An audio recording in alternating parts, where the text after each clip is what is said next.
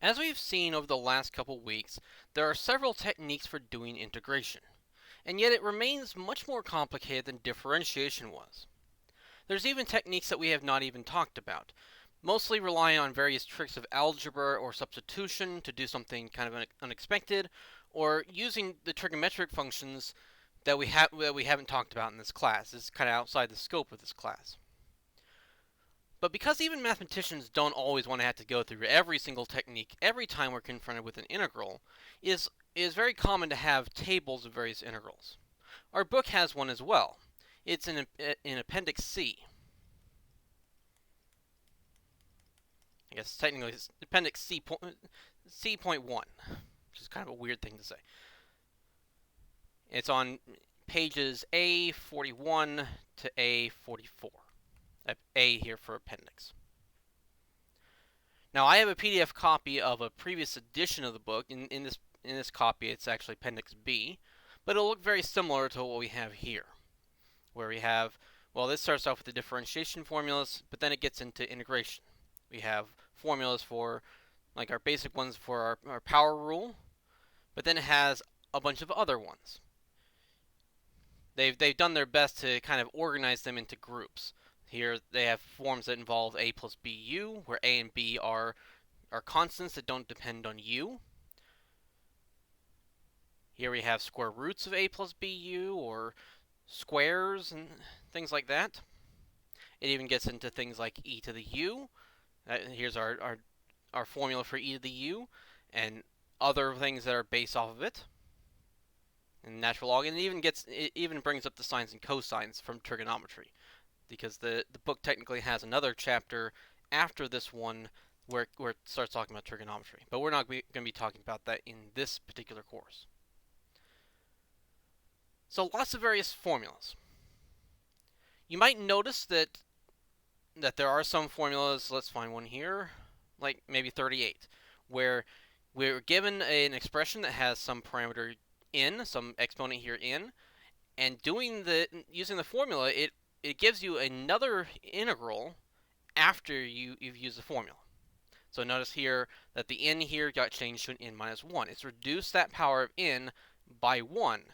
This is something that we refer to as a reduction formula, where it turns one integral into a simpler integral. This is very similar to what we did in integration by parts.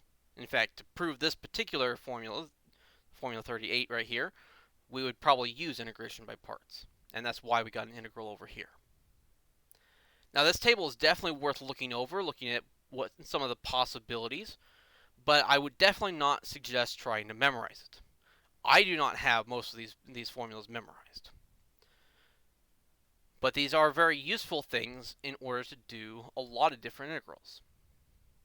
Everything here can be found using the techniques that we've discussed, substitution, integration in parts, that kind of stuff, as long as we do include the trigonometric functions. And you might want to try your hand at proving some of these for practice. The book even suggests a few to try. It suggests proving in our book, maybe not, they might have different numbers here in the one I'm showing you right now, but in our book they suggest trying to prove formula 17, 39, 44. So if you want to try those, go ahead.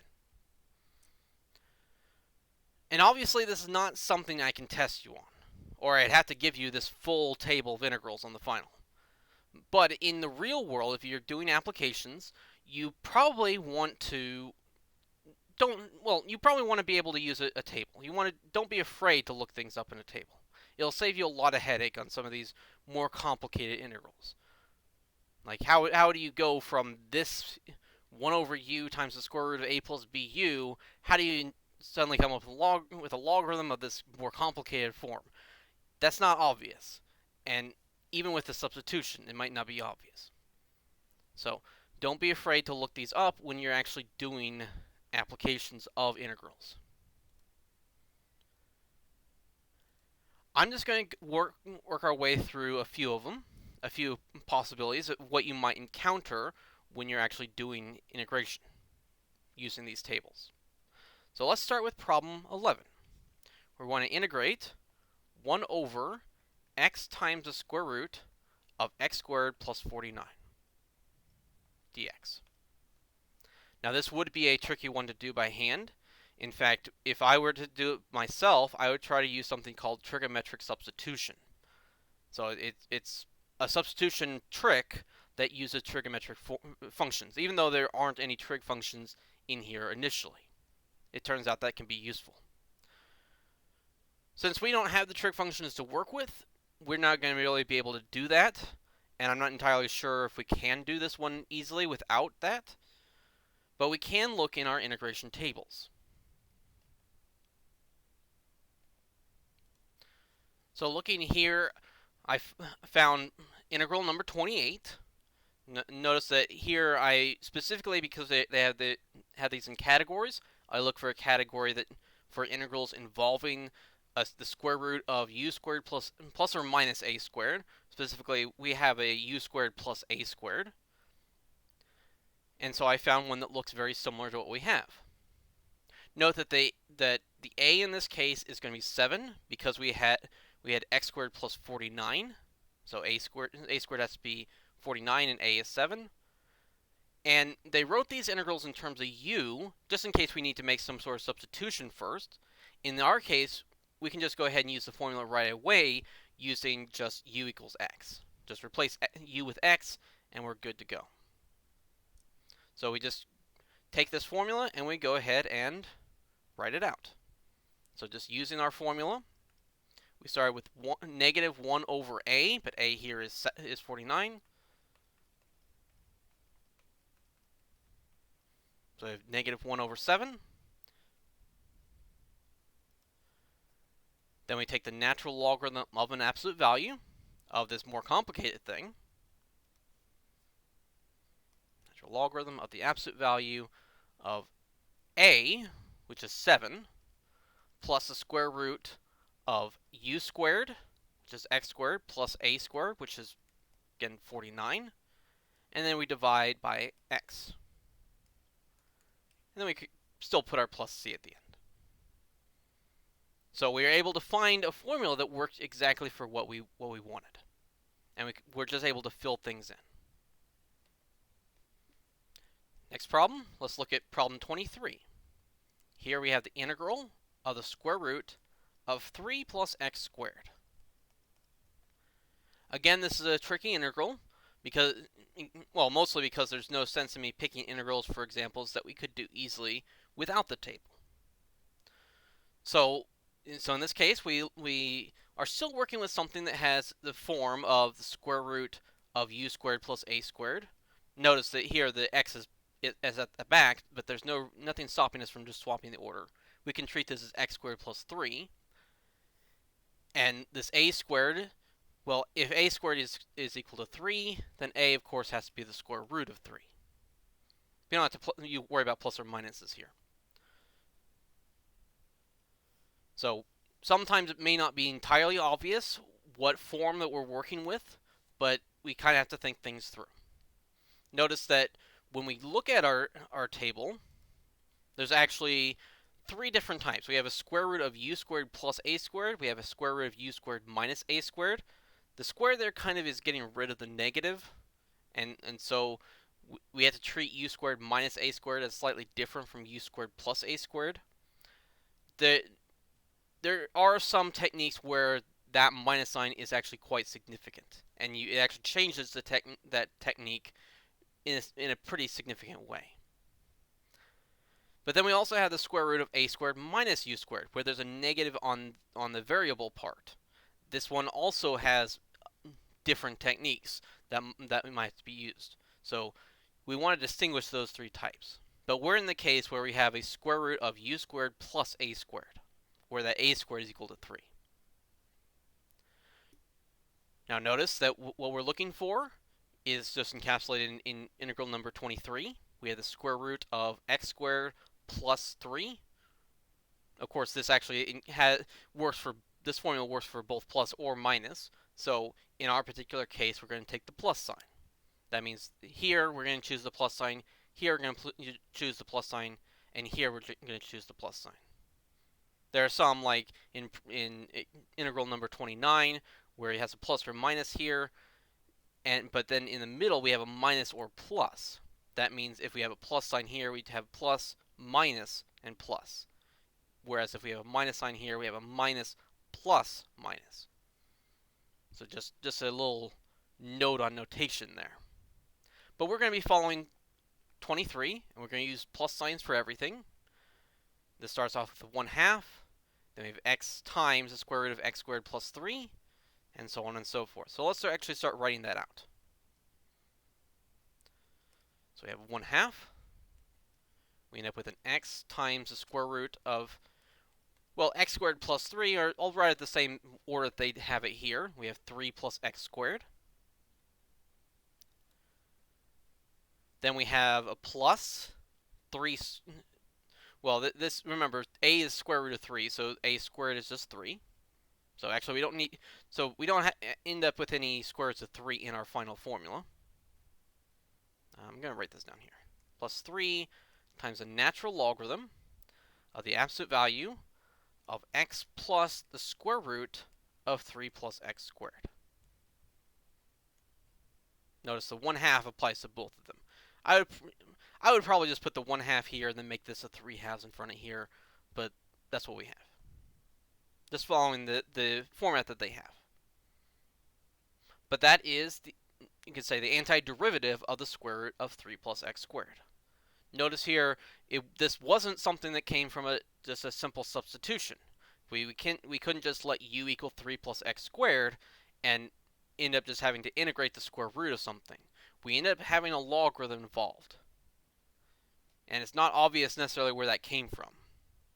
It actually came from some techniques using trigonometry. So a lot of these formulas do actually involve some trigonometry in deriving the formulas. That is not obvious at all. And it's definitely not something we can talk about right now. All right, let's move on to 35. Problem 35. Here we have the integral of x. No, sorry. The top is natural logarithm of x. On the bottom, we have an x times 4 plus 3 natural logarithm of x. Now we have dx. In this case, we have natural logarithms. So it makes sense to look in the table in the category for integrals involving the natural logarithm. So we scroll down here. We have forms involving the natural logarithm of u. Well, we have natural logarithm. We have, well, u times the natural logarithm. We have a power times the natural logarithm. We have powers of the natural logarithm. We don't have something where we have a fraction at all. So that kind of is a problem, right? We need to think about something else. What we're going to do here is we're going to use a substitution to put this into the form of one of the other integrals in the table. Specifically, let's try to get rid of the logarithms if we can. I'm going to make a substitution of u equals the natural logarithm of x. When I differentiate that, of course, natural logarithm becomes a 1 over x. And notice we do have a single x on the bottom that makes that work out pretty nicely. So when we do the substitution, the ln of x on the top, that's going to become a u. The 4 plus 3 ln of x is going to become a 4 plus 3u. The x here on the bottom, that's going to be part of our derivative, our differential here, 1 over x times the dx, will turn into a du. So now do we have a formula for a function that looks like this? Specifically here we have a plus bu is the form that we're looking for. Those are going to be up near the top. So forms involving a plus bu. And look right there. Integral number 3 is exactly what we're looking for, as a single u on top, and it has this a plus bu on the bottom. So we're just going to follow this formula here. Notice here that in our particular case, our a is going to equal 4, and our b is going to equal 3. So it starts off with 1 over b squared. B, of course, is 3, so it's 1 over 9. That's going to multiply b times u. So 3 times u minus a, which is 4, times the natural logarithm of the absolute value of the linear thing, of the 4 plus 3u again. Of course, we need to put the plus c here. Of course, we still have the last step of turning the u's back into x's. We have u equals the natural logarithm of x. So any place where we have a u, we need to make it into a natural logarithm of x. So we have 1/9 of 3 times ln of x minus 4 times ln of the absolute value of 4 plus 3 ln of x plus c.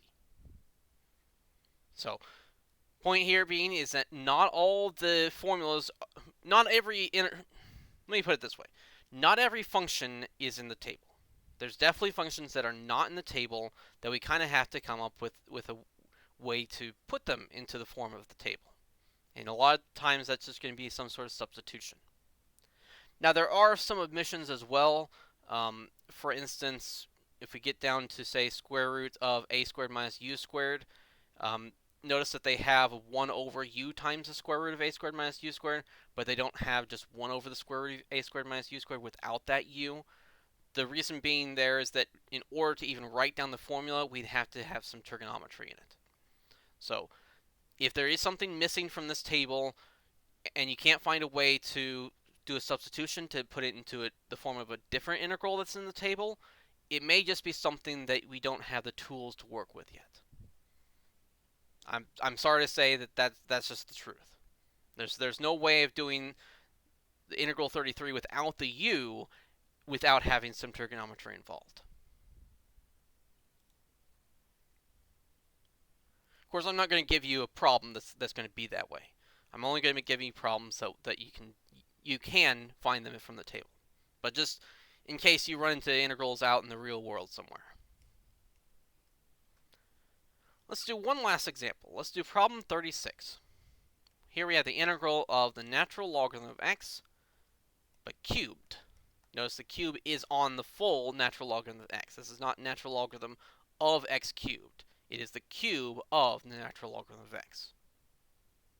This is actually an integral that we could use integration by parts for, though we would have to do it multiple times. We're going to use the table to circumvent this a little. Of course, obviously this is something that involves a logarithm, so we'll come down here to our table where we have logarithms. Oh, it went too far here. Notice here we have integral 45. We have the natural logarithm of u to the nth power. Of course, here we're just using x.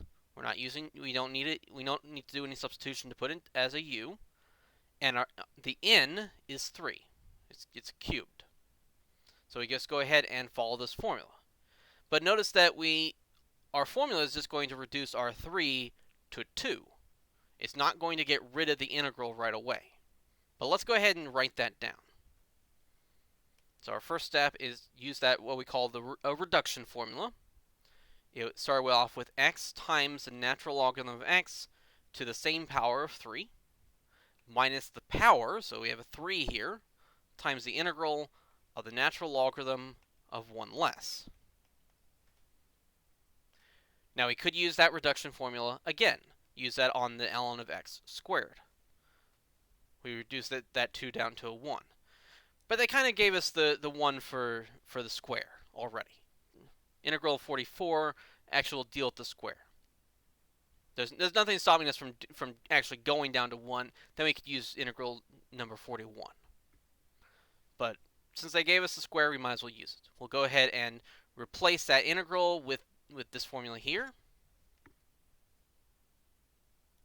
We do need to remember that we do have a minus 3 in front of that, so that doesn't go away. So we have an x times ln of x cubed minus 3, and then the formula that they gave us for the square started off with x. Then we have the quantity 2 minus 2 times the natural logarithm of x plus the natural logarithm of x squared. Of course, now that we don't have any integrals left over, we put the plus c. I'm going to go ahead and distribute the negative 3x to all these terms and put them in decreasing power of the natural logarithm, because I think that looks a little nicer. So we have the cube of the natural logarithm here. We have a minus 3x times the natural logarithm squared.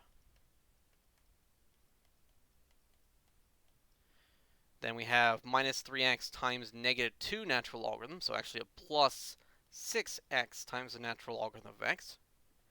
And then finally we have a negative 3x times 2, so a minus 6x, and then plus c.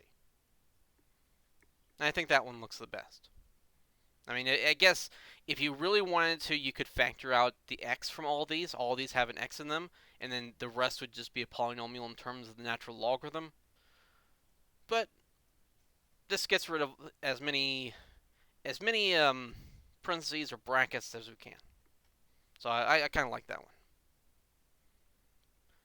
But definitely, if it's for an application you don't really care about what it looks like at the end, you could go ahead and use this line here. But once again, these kind of problems will not appear on the final, just because I really can't include them. I'm not going to give you a table of all the integrals. That's not going to happen. But it definitely demonstrates how you should probably approach integration in real-world applications. Don't think you have to always have all these formulas memorized. There are definitely plenty of places where you could go and look up integration tables. It's more the techniques, let's say substitution. Substitution is definitely something you're going to have to remember if you're going to be doing stuff like this. Because it's kind of, the formulas are already kind of assuming that you know how to do that. A lot of the things that we get from integration by parts, the book already took care of. Like, I guess we could even go ahead and look at the table again. Things like u times the natural logarithm of u, it already gave you a formula. A power of u times the natural logarithm of u. I mentioned before that the form always looks the same because we can actually do that in generality. I guess in this particular case, n is not -1. I guess I didn't exclude that in the last video. If n equals -1, we can actually do a substitution to do this a lot easier. A power of u times an e to the u.